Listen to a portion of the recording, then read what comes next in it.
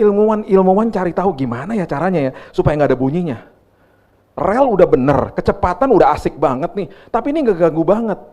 Satu hari ada seorang ilmuwan melihat burung falcon. Falcon itu adalah jenis elang yang paling cepat, bisa 300 km per jam terbangnya. Ilmuwan ini tiba-tiba dia ngelihat begini, burung falcon ini kalau mau makan ikan, dia terjun secepat-cepatnya 300 km per jam. Dan waktu dia masuk ke air, bunyinya cuma begini, cukluk. Terus dia bilang ini, itu cepat kayak begitu kok bunyinya hanya cukluk, cuman begitu doang. Oh, rupanya harus dilancipin. Seperti paruhnya burung, jadi itu yang akan membelah suara supaya nggak menggelegar keluar dari terowongan. Sekarang kalau lihat bus, ujungnya lancip tuh. Makanya semua kereta cepat ujungnya pasti lancip. Tak selalu Tuhan menjawab doa, namun Dia beri yang terbaik di waktu yang tepat. Silakan duduk. Shalom. Wow. Jumat Agung merupakan Jumat yang dikatakan the Good Friday. Kata Good Friday itu berarti baiknya untuk kita, seolah-olah tidak baik untuk Yesus. Kemudian mereka melewati sebuah hari di mana tubuhnya Yesus buru-buru diturunkan karena itu adalah peringatan Sabat. Dan di dalam Sabat, ketika mereka merayakan Sabat, mereka sebenarnya tidak sadar bahwa Sabat sebenarnya sedang dialihkan sama Yesus, bukan sekedar ritual, tetapi akhirnya kedamaian dibawa sama Tuhan masuk ke dalam hati dan pikiran manusia. Semua yang serba fisik di perjanjian lama diubah sama Yesus di dalam proses penyalipan, dan semua yang serba fisik itu dimasukkan ke dalam hidup manusia satu-satu. Yang tadinya sakral itu adalah bait Allah, sekarang yang sakral adalah tubuhmu adalah bait Allah. Dulu yang sakral adalah Sabat. Di Sabat ketika Yesus sedang dikubur di hari ini, di hari kejepit, di hari yang seolah-olah orang berpikir selesai semuanya. Ketika dia katakan selesai di kayu salib, mereka berpikir selesai beneran. Yang Yesus maksudkan adalah selesai karyanya dia, dan adalah sebuah permulaan baru bagi hidup manusia. Mereka tidak sadar di dalam kubur itu dia terus berkarya dan bekerja. Dan mereka tinggal tunggu waktu aja di mana ada kuasa kebangkitan yang membangkitkan dia. Sama seperti kita di hari-hari Sabtu ini, seolah-olah semuanya selesai dan kalah. Kita nggak sadar bahwa ada sebuah kebutuhan yang luar biasa yang Tuhan sudah siapkan bagi kita untuk kita rayakan. Itu sebabnya dia menangisi Yerusalem. Ketika dia masuk ke Yerusalem, Yohanes pasal yang ke-12 ayat 13 mengatakan begini, mereka mengambil daun-daun palem dan pergi menyongsong dia sambil berseru-seru, Hosana, diberkatilah dia yang datang dalam nama Tuhan, Raja Israel. Raja Israel. Mereka mengeluh-ngeluhkan dia ada di atas keledai, dia masuk ke kota Yerusalem, dia dielu-elukan seolah-olah sepertinya kalau kita baca, wow, akhirnya mereka sadar juga bahwa Yesus datang untuk bawa keselamatan bagi hidup mereka. Rupanya tidak. Mereka tidak sadar perbedaan antara kebutuhan dan keinginan. Yang mereka inginkan adalah Yesus datang membebaskan mereka dari penjajahan Romawi. Itu sebabnya dia teriakan, inilah Raja Yahudi, inilah Raja Israel. Mereka dengan hati yang besar, mereka mulai mungkin sangat-sangat bergembira pada saat itu. Mereka bilang, inilah dia orangnya. Bapak Ibu, Lukas 19 ayat 41 sampai 44 mengatakan begini. Lukas 19 ayat 41, ketika Yesus telah dekat dan melihat kota itu, ia menangisinya. Katanya, wahai betapa baiknya jika pada hari ini juga engkau mengerti apa yang perlu untuk damai sejahteramu. Yohanes 14 ayat 27, salah satu yang diberikan atau ditinggalkan sama Yesus kepada kita adalah Roh Kudus, betul. Kita kenal dan kita tahu itu prinsip. Tetapi kita jarang sekali membaca bahwa damai sejahtera kutinggalkan bagimu. Damai yang kutinggalkan bukan seperti yang dunia berikan. Karena yang dunia berikan itu bukan damai dariku. Yang dunia berikan adalah ketenangan setelah badainya selesai. Yang Yesus berikan adalah damai ketika sedang ada badai. Itu sebabnya dia tahu bahwa kehidupan manusia akan mengalami banyak hal, banyak masalah dan lain sebagainya. Itu sebabnya dia datang ingin memberikan yang dibutuhkan sama manusia. Itu sebabnya dia katakan, wah betapa baiknya jika pada hari ini engkau mengerti apa yang perlu untuk damai sejahteramu. Tetapi sekarang hal itu tersembunyi bagi matamu. Karena apa? Tersembunyi dengan keinginan manusia. Sebab akan datang harinya bahwa musuhmu akan mengelilingi engkau dengan kubu, lalu mengepung engkau dan menghimpit engkau dari segala jurusan. Dan mereka akan membinasakan engkau beserta dengan pendudukmu, dan pada tembokmu mereka tidak akan membiarkan satu batu pun tinggal terletak di atas batu yang lain. Perhatikan ini, karena engkau tidak mengetahui saat bila mana Allah melawat engkau. Bapak Ibu, kota Yerusalem akan dihancurkan. Kota Yerusalem itu akan dihancurkan dan Yesus tahu bukan itu maksudnya. Bukannya kalau engkau terima saya sebagai juru selamat hidupmu, kota Yerusalem nggak akan dihancurkan. Bukan itu. Kota Yerusalem tetap akan dihancurkan. Bait Allah kedua yang Yesus selalu mengatakan tentang bait Allah di hadapan dia, itu adalah bait Allah kedua yang dibangun sama Zerubabel, direnovasi sama Herodes. Itu akan dihancurkan. Itu sudah nubuatan dia. Sampai hari ini kalau kita pergi ke tembok Yerusalem, di luarnya masih ada bongkah-bongkah batu bekas daripada bait Allah kedua. Yang dia katakan adalah begini, ketika itu terjadi, harusnya kalau engkau tahu dan terima saya sebagai juru selamatmu, damai ada denganmu. Walaupun ada destruction, walaupun ada masalah dalam hidupmu, tetapi sayang sekali engkau melewati kesempatan engkau memiliki damai.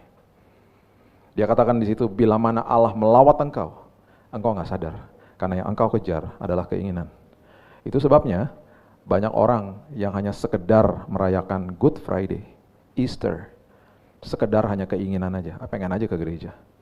Tetapi keinginan dagingnya terus menghidupi dia, terus menguasai dia, sehingga dia tidak pernah tahu kehidupannya dia itu membutuhkan kebutuhan yang jauh lebih besar daripada itu. Banyak orang mengabaikan pemberesan hatinya. Oh, dia lebih mementingkan keinginan dagingnya. Banyak orang mengabaikan kebutuhan pertumbuhan rohaninya dia. Dia mengabaikan itu semuanya, dia mengabaikan yang namanya karakter jadi tahan uji, dia abaikan semuanya itu. Padahal dia nggak sadar, itulah sebenarnya kebutuhan utama manusia. Ketika dia datang, ketika dia katakan saya menebus dosamu, ketika saya datang untuk menjadi juru selamatmu, itu sama sekali ngelewat sama mereka. Itu sebabnya kata Hosana diteriakan itu artinya save us, selamatkan kami dari penjajahan Romawi. Gak lama setelah itu ketika mereka sadar Yesus datang bukan untuk keinginan mereka, teriakan itu berubah jadi salibkan dia. Bagi kita hari ini mungkin kita katakan, saya gak pernah ngomong salibkan dia. Tetapi banyak orang Kristen kecewa sama Tuhan karena keinginannya tidak dijawab. Saya mau beritahu ini kepada kita hari ini. Good Friday, pesan di balik Good Friday dan kebangkitan Yesus, dia datang menjawab kebutuhan, bukan keinginan. Keinginan pun kalau dikasih, itu setelah terregulasi seturut dengan firman-Nya dia. Dia datang bawa kebutuhan, menjawab kebutuhan, dan itu sebabnya yang saya selalu katakan, orang Kristen kalau mengerti tentang apapun jawaban doa bagi hidupnya, dia akan selalu bilang, pasti di ujung daripada ini semuanya, jawaban doa ini, walaupun hari ini saya nggak suka ketika saya lihat jawabannya, pasti jawaban itu akan membawa kebaikan bagi saya. Karena jawaban doa itu selalu menjawab kebutuhan, bukan keinginan. Itu sebabnya teriakan Hosana berubah jadi salibkan dia. Itu sebabnya sampai hari ini kuasa kebangkitan Yesus yang besok kita akan rayakan gak ada artinya. Karena hidup kita masih seperti itu. Ini saya cuma curhat ya, bukan Bapak Ibu yang seperti itu ya. Saya cuma kasih pelajaran aja, jangan merasa tertuduh ya. Bapak Ibu, gak ada yang bisa bunuh dia. Di taman itu ada sebuah glimpse of power, ada sebuah cahaya yang kecil yang kalau mereka perhatikan, mereka lihat. Waktu mereka datang rame-rame, mereka bilang begini, kami mencari Yesus orang Nazaret. Dia hanya ngomong begini, akulah dia. Dia hanya ngomong akulah dia. Mereka terhempas dan terjatuh. Itu adalah firman yang gini ya, semua yang keluar dari mulutnya itu firman. Dan semua yang keluar dari mulutnya itu menciptakan bumi dan langit. Kejadian 1 ayat 1 sampai 4 itu ada kata barah di situ. Itu adalah proses kreasi. Yang tadi kita nyanyikan, Elohim salah satu namanya dia, adalah Allah pencipta yang menciptakan sesuatu yang tidak ada jadi ada. Itu Elohim. Itu barah artinya. Manusia nggak bisa lakukan itu. Manusia hanya discover, manusia hanya menemukan apa yang Tuhan sudah ciptakan. Makanya terbentuklah HP, teknologi, dan lain sebagainya. Kalau otaknya manusia sudah kebuka 1000 tahun yang lalu, HP udah ada 1000 tahun yang lalu. Karena semua elemen dasar unsur daripada teknologi sudah ada di kandungan bumi. Semua prinsip fisika, semua prinsip biologi sudah ada di kandungan bumi. Manusia menemukan hal-hal itu. Baru manusia bilang, oh ternyata ini digabung ini jadi itu. Oh ternyata buah ini campur ini jadi obat. Semuanya udah ada. Itu sebabnya menggelitik saya ketika ada manusia yang masih sok tahu. Kita nggak ada apa-apanya, kita kayak debu di hadapan dia. Otaknya manusia dibukain sama dia. Di zaman demi zaman. Timbullah teknologi. Itu karena dia yang bukain. Contoh sederhana. Semua udah pernah naik WUS pasti ya. By the way, kalau belum pernah naik WUS, jangan pergi ke Gambir karena nggak ada WUS di Gambir. Jangan kayak teman saya, waktu di bulan-bulan pertama WUS baru dibuka, dia telepon saya marah-marah. Lo bilang WUS udah ada, mana ada? Gue kesini nggak ada. Lo di stasiun mana? Gambir, ya nggak ada. WUS itu nggak pakai kereta KRL. Relnya juga beda. Oh gitu ya Bil? Iyalah, di mana kalau gitu? Di Halim. Nggak ada WUS di Gambir lo. Gimana sih? Kereta cepat itu pertama kali dibuat. Itu ketika mereka, saya lupa kisah ini di Cina atau di Jepang ya. Pertama kali dia masuk ke terowongan kereta cepat itu. Itu ada namanya sonic boom. Karena dibuatnya nggak lancip.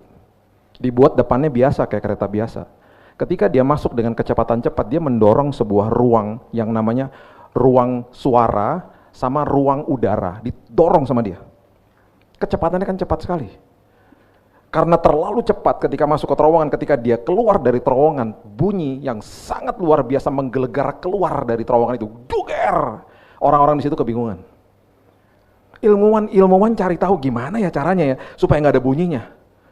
Rel udah bener, kecepatan udah asik banget nih, tapi ini nggak ganggu banget. Satu hari, ada seorang ilmuwan melihat burung falcon. Falcon itu adalah jenis elang yang paling cepat, bisa 300 km per jam terbangnya. Saya bangga anak saya namanya Falcon, bukan Falcon sih, namanya Keaton, itu bahasa Hebrew dari falcon ya. Baru tahu ya. Nah, ilmuwan ini tiba-tiba dia ngelihat begini, burung falcon ini kalau mau makan ikan, dia terjun secepat-cepatnya 300 km per jam. Dan waktu dia masuk ke air, bunyinya cuma begini, cukluk. Terus dia bilang gini, itu cepat kayak begitu kok bunyinya hanya cukluk, cuman gitu doang. Oh, rupanya harus dilancipin. Seperti paruhnya burung, jadi itu yang akan membelah suara supaya nggak menggelegar keluar dari terowongan. Sekarang kalau lihat WUS, ujungnya lancip tuh. Makanya semua kereta cepat ujungnya pasti lancip. Manusia menemukan yang bukain otaknya siapa? Tuhan. Itu cuma satu elemen, belum lah yang lain. Kita debu. Yang besar Malkus, dia pasang telinganya lagi dan dia bilang gini sama Petrus, kamu tahu nggak? Saya bisa menyuruh the 12 legions of angels. Itu aslinya daripada kata sepasukan malaikat. Itu artinya 72 sampai 74 ribu malaikat bisa saya turunin sekarang dan membatalkan prosesi penyalipan. Did I do that? No. Karena siapa? Karena tidak ada satupun orang dan apapun di dunia yang sanggup membunuh dia. Kalau ada orang sanggup membunuh dia, berarti orang itu punya kuasa atas dia. Yesus nggak bisa dibunuh. Yesus menyerahkan nyawanya. Kitab Yohanes mengatakan dengan jelas, ia menyerahkan nyawanya. Dan waktu dia menyerahkan nyawanya, dan waktu Pontius Pilatus bilang begini, saya punya kuasa untuk menghukum kamu. Oh, dia bilang apa? Oh no. Kalau kamu tidak diberikan kuasa itu dari kerajaan saya, yaitu the kingdom, kamu nggak akan pernah punya kuasa. Cuma ada satu kuasa dari kerajaan sorga. Kamu nggak bisa berkuasa atas saya. Saya menyerahkan nyawa saya. Masalahnya, kekuatan daripada kematian. Kematian bisa membunuh manusia, itu kalau kematian ada dosanya. Jadi kalau kematian tidak dikasih dosa, kematian nggak berkuasa atas manusia. The power of death is sin. Jadi kalau dikasih bensinnya yaitu dosa, kematian bisa berkuasa, kematian bisa bunuh manusia. Waktu Yesus di atas kayu salib, sebelum dia katakan selesai, itu pasti ada pembicaraan di dalam alam roh dengan dia dan kematian. Karena kematian pasti ngomong begini, saya nggak bisa bunuh kamu, karena kamu nggak ada dosanya. Yang dia lakukan, dia ambil semua dosa manusia, termasuk dosa kita yang belum lahir, ditimpakan di atas dirinya. Dan seolah-olah dia ngomong sama kematian, saya kasih kamu kuncinya sekarang. Saya validasi kamu bisa bunuh saya. Itu arti menyerahkan nyawa. Kematian bunuh dia karena ada dosa. Nangis Yerusalem, dia bilang, why? Kamu kehilangan kesempatan. Kamu nggak sadar saya datang bawa kebutuhan, menjawab kebutuhanmu. Dan itu saya sering kali menjadi sebuah dilema kenapa nggak pernah dibahas. Ayat-ayat seperti itu. Bapak Ibu, kalau kita lihat sebuah suara, suara itu punya kecepatan. Pesawat itu punya kecepatan yang normal-normal itu sekitar 800 sampai 900 km per jam. Oke. 800 sampai 900 km per jam. Itu pesawat yang kita naikin. Pesawat paling cepat di dunia itu kecepatannya 1.500 di awal, sekarang menjadi 3.500 km per jam. Oke. Dari 1.500 km per jam sampai ke 3.500 per jam itu 25 tahun. 3.500 per jam itu pesawat namanya Super Blackbird, itu adalah pesawat tempur Amerika. Saya pernah foto di depannya, udah dimuseumkan. The fastest plane on earth, 3.500 km per jam. Nah, Bapak Ibu coba lihat cahaya. Cahaya juga punya kecepatan. Cahaya itu kecepatannya 300.000 km per detik. 300.000 km per detik. Ada nggak pesawat yang secepat kecepatan cahaya? Nggak ada. Nggak ada. Kalau ada pesawat yang secepat itu 300.000 km per detik, pas lewat Bapak Ibu nggak bisa lihat. Apaan tuh? Garuda baru. Kecepatan cahaya cuy sekarang, bukan kecepatan suara lagi. Oh ya, iya, gue pernah tuh naik pesawat itu ya, tujuannya ke Surabaya, kelewatan tahu nggak, sampai ke Bali dia mau dia begitu lagi, kecepatan soalnya. Bapak Ibu, kalau ada pesawat secepat itu, kecepatan cahaya, ini cuma satu elemen ya, kita ambil contohnya ya, yang manusia nggak akan pernah bisa lakukan. Kalau ada kecepatan itu, kita bisa sampai ya ke matahari dalam hitungan hanya 8 jam sampai ke matahari. Bisa nggak? Nggak bisa. Matahari, kita pergi ke matahari hari ini dengan kecepatan pesawat yang paling cepat itu yang saya katakan, ya itu 22 tahun. Dengan manusia yang punya sekarang ini. Kita bisa pergi ke matahari dengan mobil tercepat sampainya 250 tahun. Kalau dihitung. Naik mobil sport gue mau nggak? Harganya 10 M. Mau. Kemana? Ke matahari. Kita bawa peti mati di jalan soalnya. Belum 250 tahun udah mati di jalan. Kalau ada secepat kecepatan cahaya, kita bisa sampai ke matahari 8 jam. Dan bisa sampai ke bulan dalam hitungan 1,8 detik. Lu tadi tengah-tengah ibadah ke toilet ya? Enggak, ke bulan. Gue cari Grace Community di bulan, kagak ada, gue balik lagi, cepat banget kan, 1,8 detik. Ada nggak? Nggak akan ada. Itu cuma satu elemen yang mengatakan bahwa bumi adalah tumpuan kakinya. Saya cuma mau kasih tahu kepada kita, Tuhan yang berkuasa itu, dia serahin nyawanya. Dia serahkan nyawanya. Tuhan pemilik langit dan bumi, dia serahkan nyawanya buat kita semuanya. Itu sebabnya, kalau kita mengerti itu, kita akan mengerti apa yang terjadi dengan Nikodemus.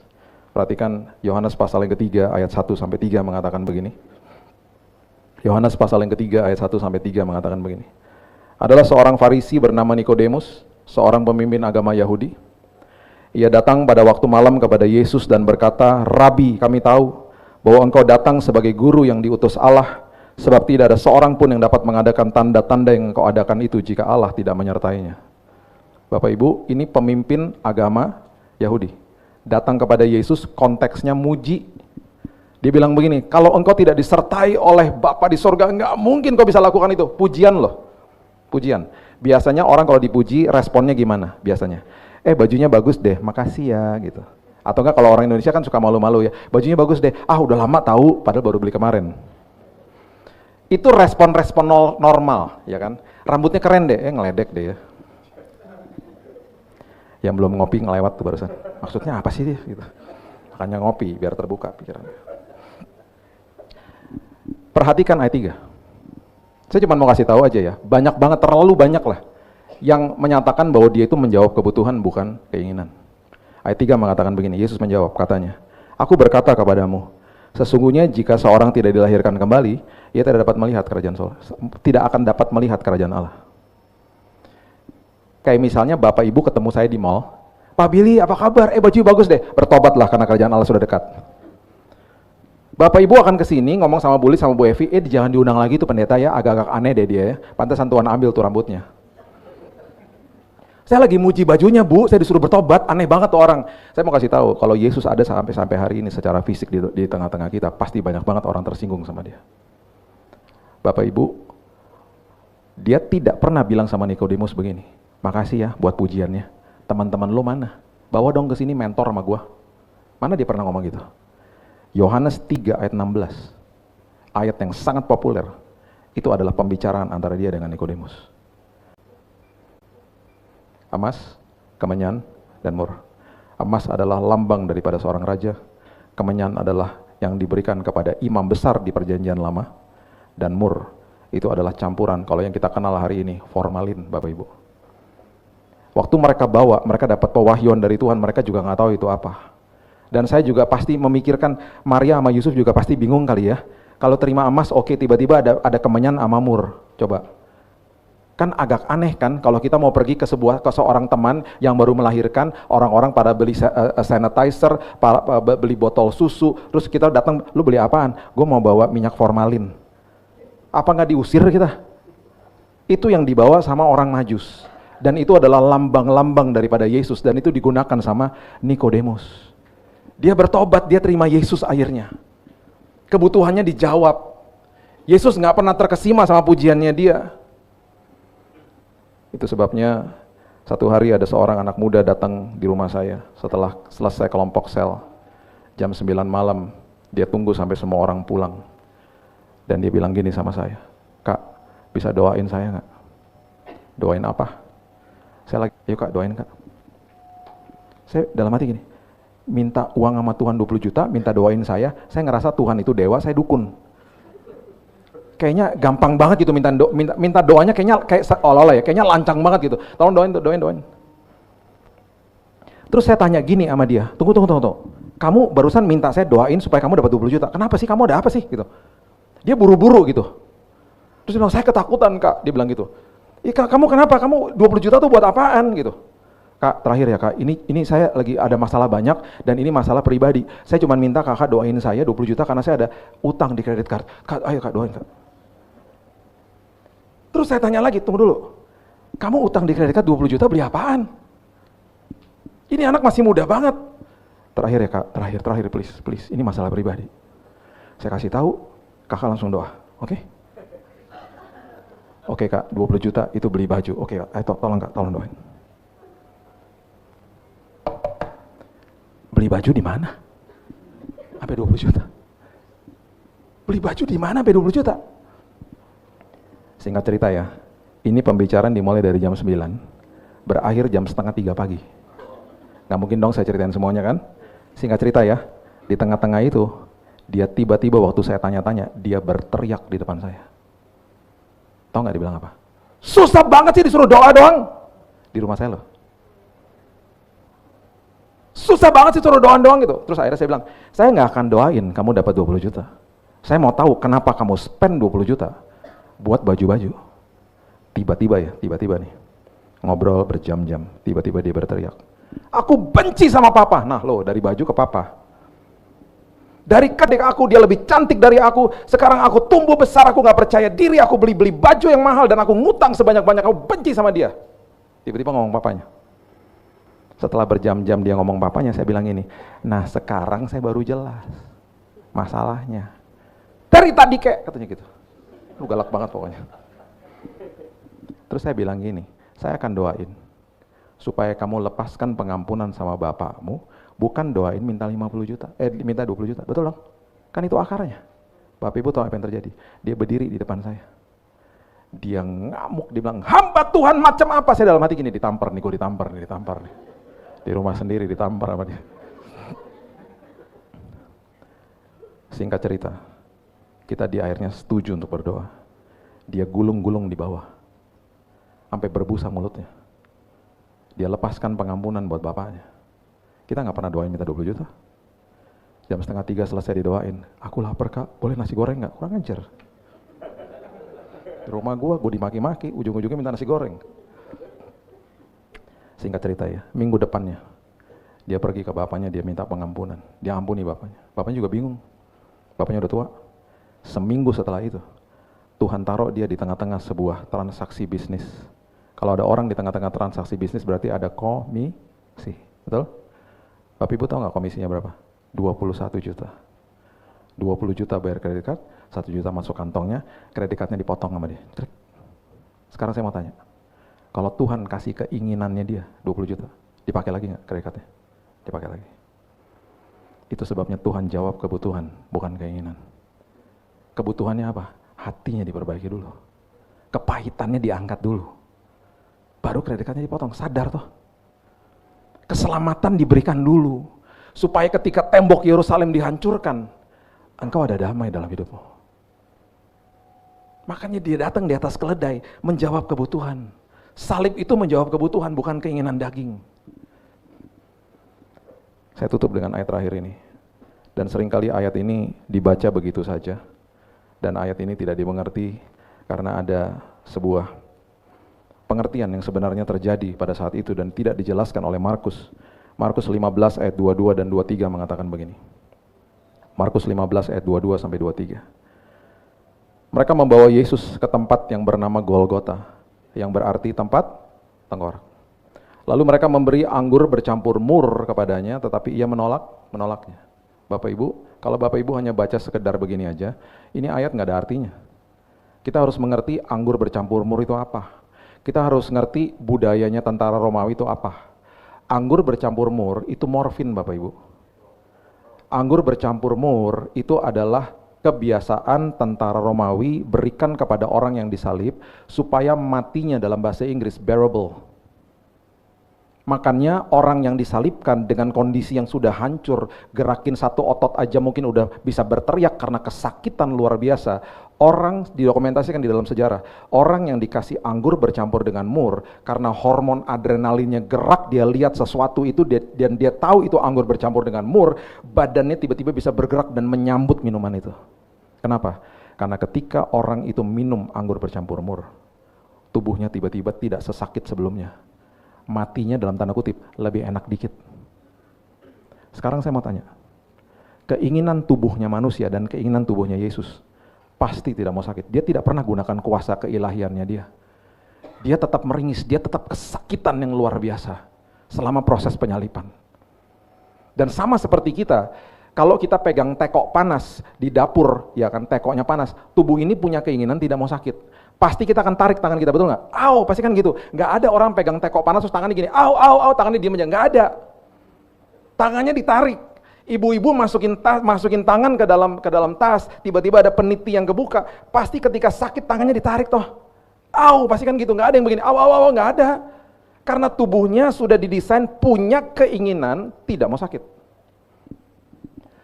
Satu hari saya ada di kota Anaheim dengan anak-anak yang masih kecil-kecil waktu itu. Kami lagi jalan di pinggir jalan, tiba-tiba kami melewati fire station. Kita masuk ke dalam tempat pemadam kebakaran, karena mobil pemadam kebakarannya besar-besar. Saya kasih lihat anak-anak nih, this is a huge truck.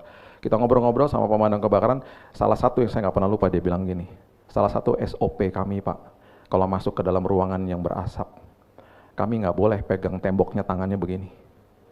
Karena kalau ada strum, terus ada kabel terkelupas, tubuh ini sudah didesain tidak mau sakit.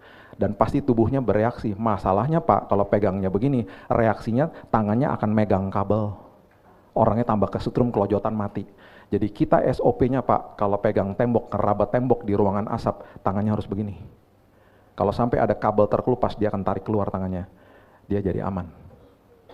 Saya nggak pernah lupa dia ngomong itu. Dan waktu saya baca ayat ini, saya bilang, wow, Tuhan juga punya keinginan secara daging nggak mau sakit.